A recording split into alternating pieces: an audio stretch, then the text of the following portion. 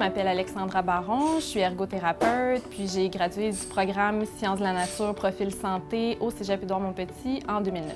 Grâce à mon DEC, c'est sûr que j'ai pu préciser dans le fond mon intérêt pour les sciences, pour le domaine de la santé, puis ça m'a aidé vraiment à préciser mon choix de carrière. J'ai eu la chance aussi de choisir plusieurs cours à option en dehors du cursus normal.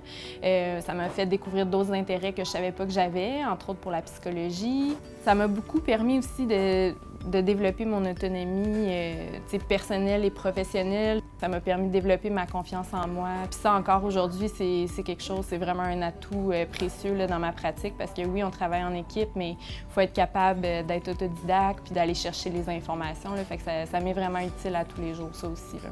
Ce que je retiens le plus de mon passage à Édouard-Montpetit, c'est vraiment le support, le soutien que j'ai eu de certains professeurs parce que oui, c'est quand même un processus qui est long, qui peut être laborieux, mais j'ai vraiment senti que j'ai été épaulée. Il y a vraiment eu des professeurs marquants qui ont été à l'écoute quand j'en avais besoin. Pendant mon parcours, en fait, j'avais eu la chance d'aller faire une journée d'observation avec une ergothérapeute à l'hôpital Pierre-Boucher.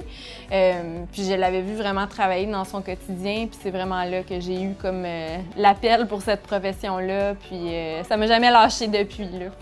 Ici, je travaille en URFI, qu'on appelle une unité de réadaptation fonctionnelle intensive. C'est des gens qui sont ici dans leur milieu de vie temporaire entre l'hôpital puis la maison. Donc, nous, notre but, c'est vraiment de les ramener à domicile le plus autonome possible. Quand j'arrive le matin, je fais la tournée un petit peu des modules, aller lire les dossiers, voir qu'est-ce qui s'est passé depuis la veille. Je vais voir des patients soit à la chambre, soit au local de thérapie. On travaille avec différentes modalités, que ce soit plus au niveau physique, mais même au niveau cognitif pour les gens qui présentent des troubles cognitifs. On travaille tout, donc on peut travailler autant les membres supérieurs que les membres inférieurs. Donc on travaille vraiment avec la personne dans sa globalité. Puis l'autre partie à mon travail aussi, c'est la rédaction, parce qu'on doit avoir une tenue de dossier aussi pour garder à jour tout ce qu'on fait là, avec nos patients.